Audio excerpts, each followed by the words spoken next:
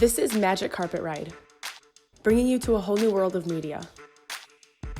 Let's talk about Netflix's Ginny and Georgia, the 5th most popular TV show on Netflix at the moment that I'm writing the script. So today, I want to unpack this fully saturated edutainment dramedy merger that is taking the streaming platform by storm. Within 28 days of its Netflix release, approximately 52 million subscribers had tuned in to experience Ginny and Georgia. Some critics are dubbing it a spin-off of Gilmore Girls. Others are claiming it's dark enough to join the Desperate Housewives entourage. The series follows a young mom, Georgia Miller, who moves her daughter Ginny and her son Austin from Texas to Massachusetts after the sudden death of her husband and the kid's stepdad. But that doesn't seem to faze any one of them too much. Instead, Georgia juggles a complicated and sometimes suspicious love life while working for the spicy single mayor. And Ginny has a hard time assimilating to her new, preppy, and more often than not subtly racist hometown. Tense subplots are more than background entertainment and often contribute greatly to the overall narrative. Okay, well, before I go ahead and applaud it for its relatively transgressive content, it is no secret that Ginny and Georgia, even with its pros, does stick to one of the hardest, most deeply ingrained tendencies in Hollywood. And that is in its use of its traditionally beautiful actors and people.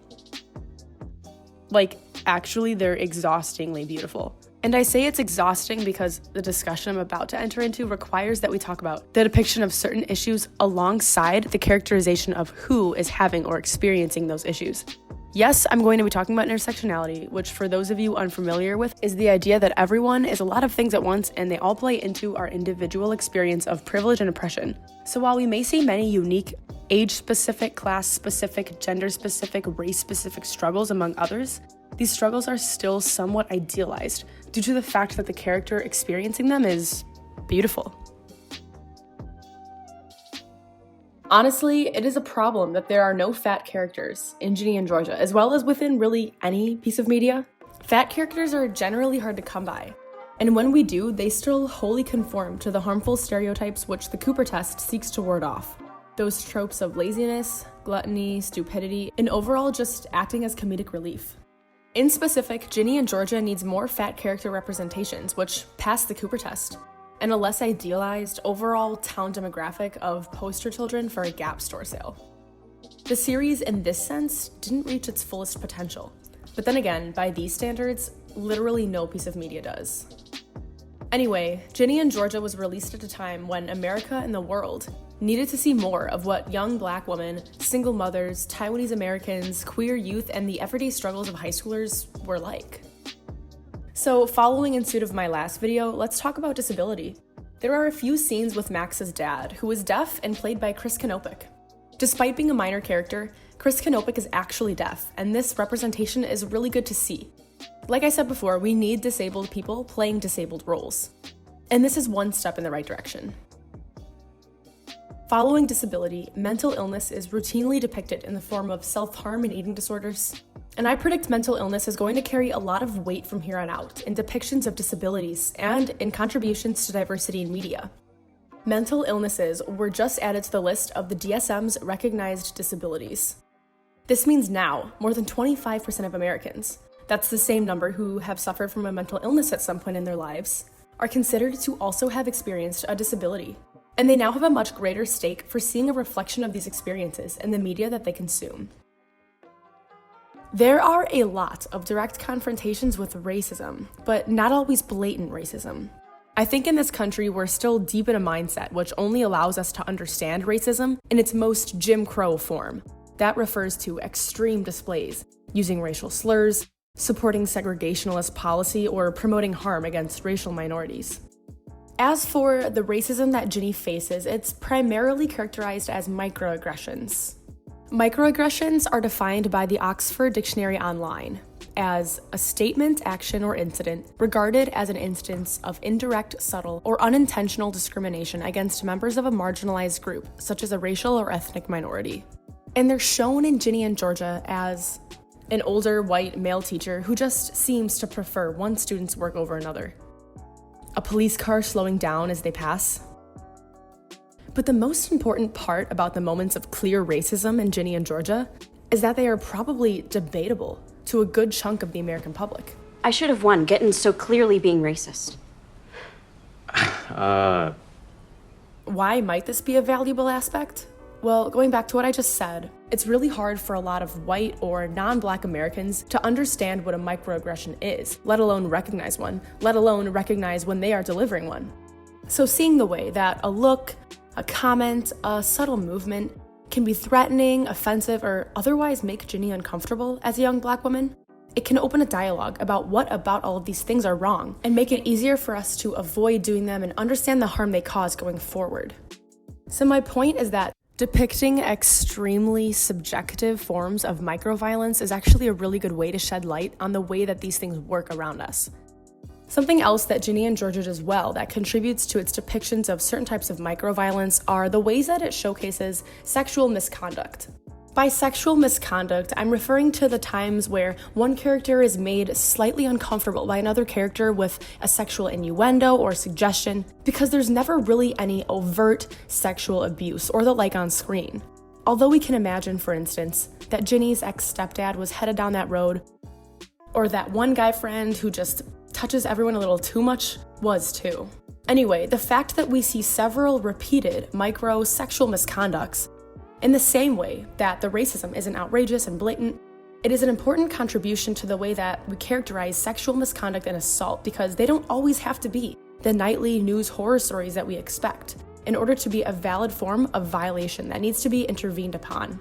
To be clear, I'm not trying to say that portraying smaller forms of aggression trumps displaying the egregious types, or that one type is more or less harmful than the other.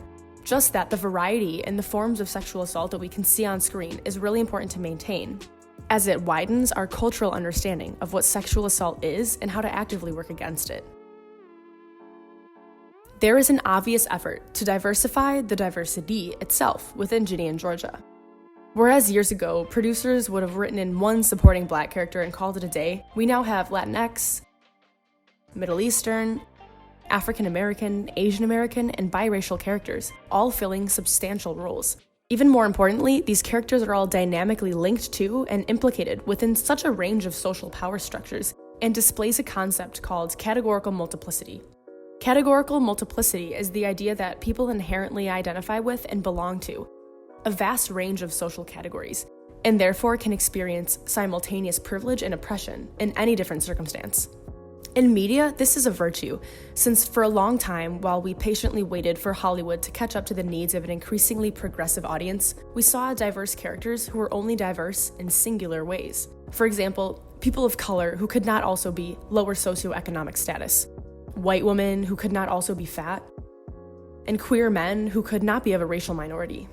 All of these things, while bringing one social classification to light, inaccurately painted people as unidimensional and therefore diminished the range of social experience we could see and understand. And so, categorical multiplicity was a blessing unto Hollywood, where we could see people being fully human, not having to hide or ignore parts of their complex identities that make them who they truly are. However, categorical multiplicity can be complicated because when people identify themselves across a range of socially constructed classifications, there are a variety of ways that people can be compared to one another on large scales and can compare their personal situations to those of the people around them. This can lead to engagement in what the mainstream and Hunter calls the Oppression Olympics. The Oppression Olympics is a sort of intergroup competition which carries with it the goal of identifying oneself and their situatedness in a narrow, marginalized experience as the person or group suffering the most, and is usually brought up in direct confrontation and challenge to someone else's experience of marginalization. The specific scene within Ginny and Georgia, which showcases the Oppression Olympics, is a scene meant to break up Ginny and Hunter, presumably so that Ginny can get with her soulmate, Marcus. But before that can happen, an incredibly sinister dialogue is taken up between the two romantics. Ginny brings up one of the many micro, but at this point, arguably macroaggressions, which viewers may or may not have picked up on, that Hunter was awarded the award for the best final paper, rather than Ginny, despite hers being a poignantly delivered recitation by memory, accounting for her experience growing up as a young biracial woman in a primarily white world. Ginny is looking for some sort of sympathy from Hunter, initially expecting that he might also confer that her project was worthy of being named the best, or that he is well aware of the problematic approach Mr. Gittin takes to his non-white students. On the contrary, Hunter defends his paper and dismisses the fact that Ginny's subpar exhibition is a result of a deeply racist inner motivation by their teacher. What begins as a disagreement snowballs into repeated digs at each other's biraciality. You are closer to white than I'll ever be. Together, we make a whole white person. Your favorite fruit is cheeseburgers, and I know more Mandarin than you do. You're barely even Asian. Sorry, I'm not Chinese enough for you. But I've never seen you pound back jerk chicken. Last time I checked, Brody twerks better than you. And I liked your poem, but your bars could use a little more work, homie. So really, how black are you then? Excuse me? What? Despite initial negative critical reception and many viewers calling the entire exchange embarrassing. And to be honest, the stereotypes levied from one character to another were the most prevalent, widely understood, and degrading that they come. But the scene opened a very real door for the recognition of the way that this problematic phenomenon happens to real people and inhibits real relationships. The Oppression Olympics engaged in here, such a relevant, real-world phenomenon, it has been theorized by some scholars as being the internalization of the dialogical self. That the formation of identity is a process of orchestrating voices within the self that speak from different I positions. Basically, the dialogical self is just a fancy way of saying that everyone has internalized the standards, expectations, and social scripts of all their various identities, and we are all trying to decipher how they fit into or contradict one another. In this way, we are not who we know ourselves to be, but rather who we have been told to become. Intersectionality is a key component of this process of deconstructing who we are in every degree and how these factors contribute to our experiences of being all the things we are. The dialogical self also means that we are a product of who we have been told to be in the past as much as we are a product of who we're being told to be in any moment. One question that I can't stop asking myself after reading a piece by Petrang Radolovic on Polygon is why Ginny and Georgia, and a shit ton of other Netflix shows, remove the parent of color from stories of its biracial characters. Even more burning is why can't any characters of color coexist without white counterparts? Let me explain. As previously stated, there are 7 characters of color who are named on screen and repeatedly appear in show reviews. There's Ginny, Ginny's dad Zion, her boyfriend Hunter, her friend Nora, the PI Gabriel, Max's girlfriend Sophie, and Coffee Shop Joe. These characters have some significant relationships between each other, but are mostly connected by intermediate white characters. For example, Joe has a crush on Georgia, and that's how he gets Ginny to work at his shop. And Ginny meets Nora through her initial friendship with Max. This detail has been highlighted alongside the fact that it is Ginny's white parent who is raising her, as a way to interrogate the need for a web of white characters to connect the characters of color, as Radolovic wrote in her review. These movies and shows, however, repeatedly emphasize biraciality from a white viewpoint, which wouldn't be so exasperating if there were other stories to balance out that perspective. But as it stands, with so few other examples to counteract the white-centric point of view, these movies and shows end up accentuating the idea that a mixed-race identity can only be processed in relation to whiteness. And that's not even touching on the lack of stories about mixed-raced families where no one is white at all. So while Ginny and Georgia has made some progress in the fight for holistic and equitable representation, it has certainly not ended it.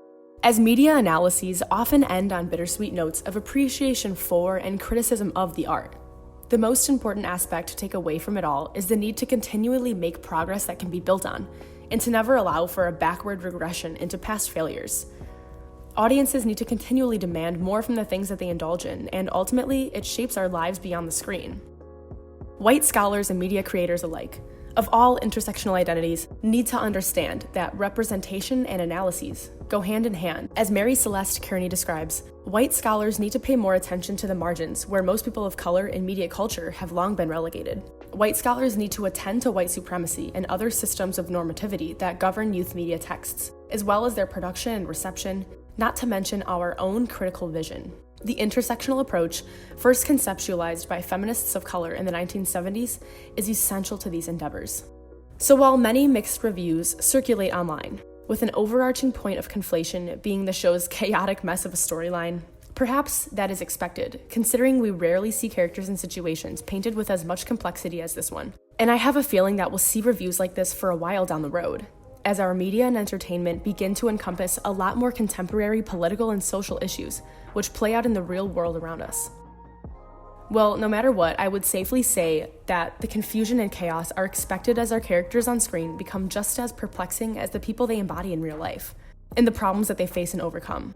So good job, Ginny and Georgia, and all the luck getting renewed for a second season.